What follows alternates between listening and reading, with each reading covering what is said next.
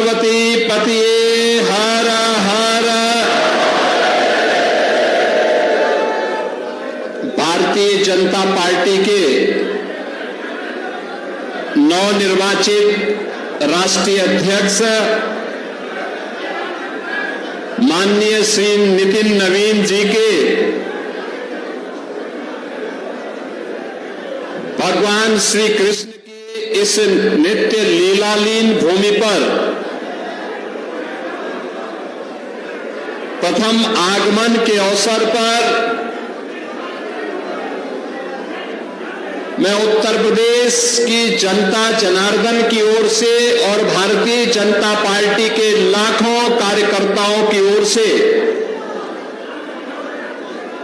वृंदावन की इस पावन धरा पर उनका सबसे पहले आप सभी कार्यकर्ताओं की ओर से हृदय से स्वागत करता हूं, अभिनंदन करता हूं।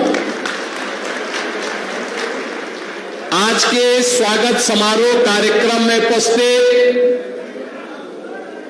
भारतीय जनता पार्टी के प्रदेश के अध्यक्ष केंद्रीय मंत्री श्री पंकज चौधरी जी, राष्ट्रीय महामंत्री श्री दुष्यंत गौतम जी, क्षेत्रीय अध्यक्ष श्री दुर्विजय सिंह साक्य जी, प्रदेश उपाध्यक्ष श्री संतोष सिंह जी, जिला प्रभारी अशोक कटारिया जी, भारतीय जनता पार्टी के जिला के अध्यक्ष श्री निर्मल पांडे जी, महानगर अध्यक्ष हरिशंकर राजू यादव जी, उत्तर प्रदेश सरकार में मंत्रिमंडल के मेरे वरिष्ठ सहयोगीगण चौधरी लक्ष्मी नारायण जी, प्रभारी मंत्री श्री संदीप सिंह जी, महापौर श्री विनोद अग्रवाल जी, नीचे वाले विधायक मथुरा शशिकांत शर्मा जी, विधायक गोवर्धन ठाकुर मेघनाथ सिंह जी, माननीय सांसद चौधरी तेजवीर सिंह जी, जिला पंचायत अध्यक्ष चौधरी किशन सिंह जी, विधान परिषद सदस्य ठाकुर ओम प्रकाश सिंह जी, माननीय विधायक श्री राजेश चौधरी जी, माननीय विधायक श्री पूरण प्रकाश जी, आज के इस कार्यक्रम में उपस्थित अक्षय पात्र वृंदावन चंद्रोदय मंदिर के अध्यक्ष श्री चंचला पतिदास जी, अनंत वीरदास जी, कैवल्य पतिदास जी और कुर कृष्णदास जी, आज के इस कार्यक्रम में उपस्थित भारतीय जनता पार्टी के हमारे सभी पदाधिकारीगण और उपस्थित सभी बहनों और भाइयों, भारतीय जनता पार्टी के राष्ट्रीय अध्यक्ष के रूप में निर्वाचन होने के उपरांत माननीय राष्ट्रीय अध्यक्ष जी का उत्तर प्रदेश में प्रथम आगमन है और वह भी उनका आगमन योगेश्वर श्री कृष्ण की इस लीला भूमि वृंदावन से प्रारंभ हुआ है। मैं इस अवसर पर उत्तर प्रदेश के सभी कार्यकर्ताओं की ओर से, उत्तर प्रदेश की जनता जनार्दन की ओर से उनका हृदय से स्वागत करता हूं, अभिनंदन करता हूं। बहनों और भाइयों, हमारे राष्ट्रीय अध्यक्ष श्री नितिन नवीन जी एक युवा ऊर्जा के प्रतीक हैं। 5 बार बिहार विधानसभा में पाटलिपुत्र से विधायक के रूप में आप अपनी सेवाएं दे रहे हैं। भारतीय जनता पार्टी के संगठन के भी विभिन्न पदों का आपने ईमानदारी पूर्वक निर्वहन करने के उपरांत अब आदरणीय प्रधानमंत्री जी की प्रेरणा से, उनके मार्गदर्शन में भारतीय जनता पार्टी ने श्री नितिन नवीन जी को अपने राष्ट्रीय अध्यक्ष के रूप में ये नया दायित्व दिया है। और उस नए दायित्व के उपरांत आज उनका ये प्रथम आगमन योगेश्वर श्री कृष्ण की इस पावन धरा पर हुआ है। भाग्य प्राप्त हुआ है कि वे अपने राष्ट्रीय अध्यक्ष जी का यहां पर स्वागत कर सके, अभिनंदन कर सके। वैसे भी यह धरती ब्रजभूमि हमारी प्राचीन काल से ही तीर्थ भूमि रही है। यहां मथुरा, वृंदावन, बरसाना, गोकुल, गोवर्धन, नंदगांव, बलदेव, ये सभी तीर्थ हजारों वर्षों से हर सनातन धर्मावलंबी के लिए एक नई प्रेरणा रही है। यहां के रज रज में, यहां के कण कण में श्री कृष्ण का, राधा रानी का और हजारों वर्षों की उस विरासत का अंश आज भी श्रद्धालुजन ढूंढता है। उसके साथ अपना तारतम्य स्थापित करने का प्रयास करता है। लेकिन यह हमारा सौभाग्य होगा, अंत्योदय के प्रणेता पंडित दीनदयाल उपाध्याय जी की भी पावन जन्मभूमि इसी मथुरा जनपद में पड़ती है। इसी मथुरा जनपद में उनकी पावन जन्मभूमि होने का सौभाग्य प्राप्त हुआ है। और ब्रजभूमि भारत की आध्यात्मिक और सांस्कृतिक विरासत के साथ ही अब आदरणीय प्रधानमंत्री जी की प्रेरणा से विकास के एक नित नए प्रतिमान को स्थापित करते हुए आगे बढ़ रहा है। आज उत्तर प्रदेश आदरणीय प्रधानमंत्री जी की प्रेरणा से अब बीमारू राज्य नहीं है, बल्कि भारत की अर्थव्यवस्था का एक ब्रेक थ्रू बनकर के भारत की अर्थव्यवस्था का एक संबल बन रहा है। निरंतर पिछले 5 वर्ष से अधिक समय से उत्तर प्रदेश अब रेवेन्यू सरप्लस स्टेट के रूप में डबल इंजन की सरकार, डबल स्पीड के साथ न केवल बड़े बड़े इंफ्रास्ट्रक्चर के कार्यों को जमीनी धरातल पर उतारती है, हर नागरिक को सुरक्षा का एहसास कराती है, बल्कि गरीब कल्याणकारी योजनाओं के माध्यम से भी बिना भेदभाव के वंचित को वरीयता के आधार पर शासन की योजना का लाभ समाज के प्रत्येक तबके को देने का कार्य कर रही है। क्या नौजवान हो, क्या अन्नदाता किसान हो, क्या महिलाएं हो और क्या विरासत को सम्मान देने का कार्य या विकास की योजनाओं को बिना भेदभाव के गांव से लेकर के शहर तक प्रत्येक जगह प्रभावी ढंग से लागू करने का कार्य आज सब उत्तर प्रदेश के अंदर डबल इंजन की सरकार के माध्यम से देखने को, जानने को प्राप्त हो रहा है। अब उत्तर प्रदेश का नौजवान पहचान के लिए मोहताज नहीं है। देश के अंदर जहां कहीं भी जाता है अब वह कह सकता है कि मैं उत्तर प्रदेश का वासी हूं। हर व्यक्ति, सामने देखने वाला व्यक्ति भी गौरव की अनुभूति करता है। एक समय था जब उत्तर प्रदेश के सामने पहचान का संकट खड़ा किया गया था।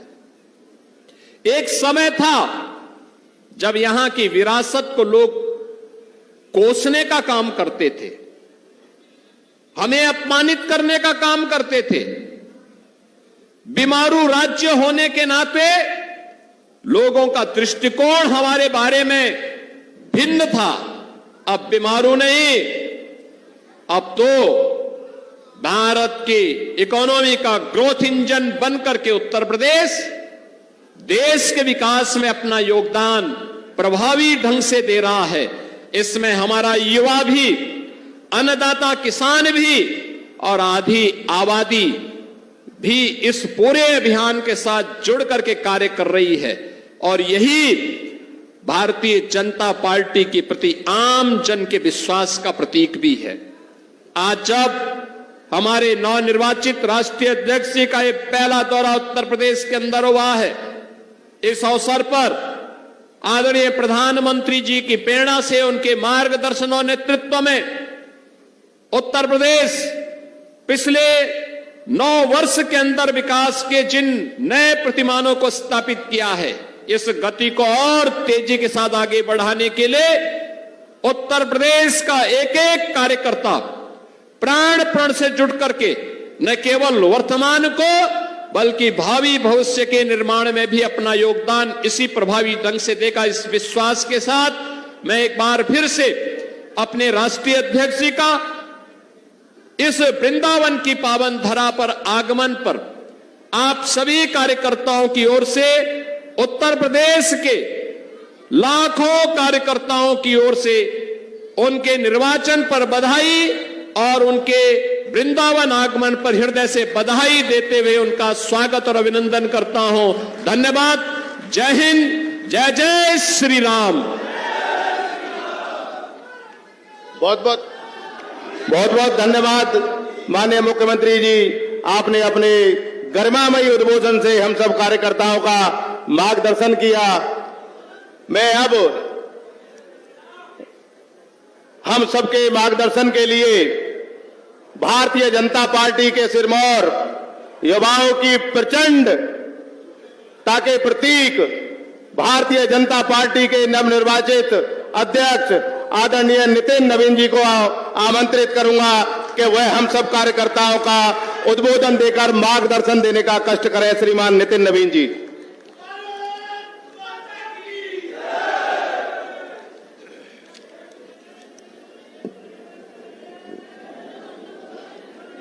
आज कृष्ण की इस नगरी में अपने अध्यक्ष होने के बाद पहली बार मेरा प्रवास जो शुरू हुआ है, तो इस पवित्र भूमि कृष्ण की इस भूमि से शुरुआत हो रहा है। तो यहाँ पर उपस्थित अपने कृष्ण के नगरी के सभी लोगों को मैं बहुत बहुत प्रणाम करता हूँ। इस पवित्र भूमि को भी नमन करता हूँ। श्री कृष्ण के इस नगरी में मेरे पहले भी आना हुआ है, कई बार आगमन हुआ है, पर मैं आज कह सकता हूँ कि अपने इस अध्यक्षीय कार्यकाल की शुरुआत अगर इस नगरी से हुई है तो निश्चित रूप से उत्तर प्रदेश कहीं न कहीं देश का उत्तम प्रदेश बनकर उभरा है। हम जब काम करते थे उस समय उत्तर प्रदेश संघर्ष कर रहा था, आज उत्तम प्रदेश बनकर उभरा है। इसका नेतृत्व करने वाले हमारे देश के यशस्वी प्रधानमंत्री श्री नरेंद्र मोदी के नेतृत्व में लगातार उत्तर प्रदेश को नेतृत्व दे रहे हमारे मुख्यमंत्री आदरणीय श्री योगी आदित्यनाथ जी को भी मैं बहुत बहुत आभार व्यक्त करता हूं कि आपने उत्तर प्रदेश को उत्तम प्रदेश बनाने में पूरा संघर्ष किया है, पूरी पुरुषार्थ किया है। हमारे बीच में उपस्थित भारतीय जनता पार्टी के प्रदेश के अध्यक्ष पंकज चौधरी जी, हमारे राष्ट्रीय महामंत्री आदरणीय दुष्यंत गौतम जी, मंच पर उपस्थित आदरणीय सतीश जी, हमारे क्षेत्रीय अध्यक्ष आदरणीय अशोक कटारिया जी, निर्मय पांडे जी, हमारे हरिशंकर जी, राजू यादव जी, लक्ष्मी नारायण जी, प्रदीप सिंह जी, विनोद अग्रवाल जी, हमारे श्रीकांत शर्मा जी और तेजेश्वर सिंह जी, श्री किशन सिंह जी और हमारे अच्छे पात्र के वरिष्ठ हमारे गुरुजन चंचला जी, अंकुर दास जी, अनंत वीर दास जी, मैं आप सबको भी नमन करता हूं। साथ ही साथ यहाँ पर उपस्थित अपने पार्टी के सभी वरिष्ठ नेतृत्वगण जो यहाँ पर मंच पर उपस्थित हैं, साथ ही साथ इस कार्यक्रम में उपस्थित पार्टी के सभी कार्यकर्ताओं का भी अभिवादन करता हूँ। मित्रों, हम लोग को ध्यान में है कि जब पहले हम लोग उत्तर प्रदेश की धरती पे आते थे तो यहाँ की चर्चा किस प्रकार की होती थी। माननीय मुख्यमंत्री जी अभी हम लोग को बता रहे थे कि किस प्रकार से बीमारू राज्य की चर्चा होती थी तो उत्तर प्रदेश, बिहार जैसे राज्यों का नाम लिया जाता था।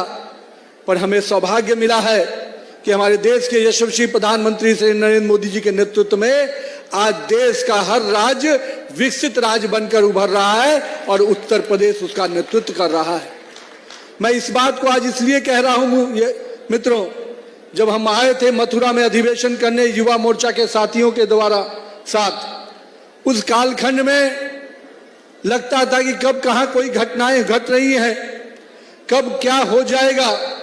और आज जिस कारण से उत्तर प्रदेश जाना जाता है अपने लॉ एंड ऑर्डर के लिए, उस कुशासन को समाप्त करने के लिए, और मैं कह सकता हूं कि बिहार में अगर जंगल राज था तो यहां पर भी उस अराजकता की सरकार थी जिसको हमारी नेतृत्व वाली सरकार ने समाप्त किया।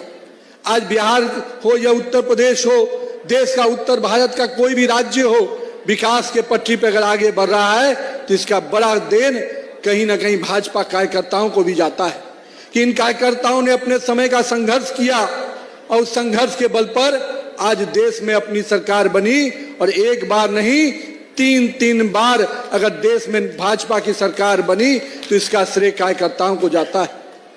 मैं साथ ही साथ उत्तर प्रदेश के विकास में जिस प्रकार से काम हो रहा है, मैं माननीय मुख्यमंत्री जी को बहुत बहुत बधाई देता हूं कि जिस राज्य में बनारस से लेकर हम कह सकते हैं अयोध्या से लेकर और आज काशी की इस नगरी में भी, काशी के और मथुरा के इस नगरी में भी जिस प्रकार से सांस्कृतिक विरासत को आप आगे बढ़ा रहे हैं, निश्चित रूप से भारत का एक एक सनातनी व्यक्ति अपने आप में गर्व करता है कि ऐसी सरकार हमने बनाई है जो सनातन के परंपराओं को जीवित रखकर आगे बढ़ा रहा है। माननीय मुख्यमंत्री जी, आपने केवल सांस्कृतिक विरासत को ही नहीं, सांस्कृतिक राष्ट्रवाद की जड़ों को ही मजबूत नहीं किया है, आपने उत्तर प्रदेश में विकास की गाथाओं को भी आगे बढ़ाया है। आज उत्तर प्रदेश में एक्सप्रेसवे की चर्चा होती है, चाहे वो यमुना एक्सप्रेसवे हो चाहे कई और अन्य एक्सप्रेसवे। ये दिखाता है कि उत्तर प्रदेश विकास के पटरी पे अब देश के उत्तम राज्यों में ही नहीं, विदेश में जो ऐसी सड़कें दिखती थी आज उत्तर प्रदेश में भी वैसी सड़कें दिख रही हैं। ये बड़ा श्रेय एनडीए की सरकार को जाता है, नरेंद्र मोदी को जाता है और योगी आदित्यनाथ जी को जाता है। लेकिन मित्रों, हम लोग आज यहाँ पर उपस्थित हुए हैं। आज माननीय प्रधानमंत्री जी ने मन की बात में जिस प्रकार से एक एक व्यक्ति को, एक एक वर्ग को, एक एक क्षेत्र को छूने का काम करते हैं, आज हम लोगों ने उन्होंने बताया कि किस प्रकार से आज भी स्वच्छता का अभियान एक एक गांव में चल रहा है।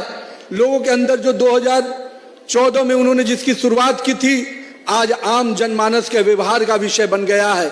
ये स्वच्छता क्रांति माननीय प्रधानमंत्री जी की जो देन है, उससे आज भारत का हर जनमानस जुड़ रहा है। और ये बहुत बड़ी उपलब्धि इसलिए भी है कि जिस भारत के बारे में लोग तरह तरह की बातें करते थे, आज भारत वो स्वच्छता के नाम पर जाना जाता है, स्वच्छता के प्रतीक के रूप में आगे उभर रहा है।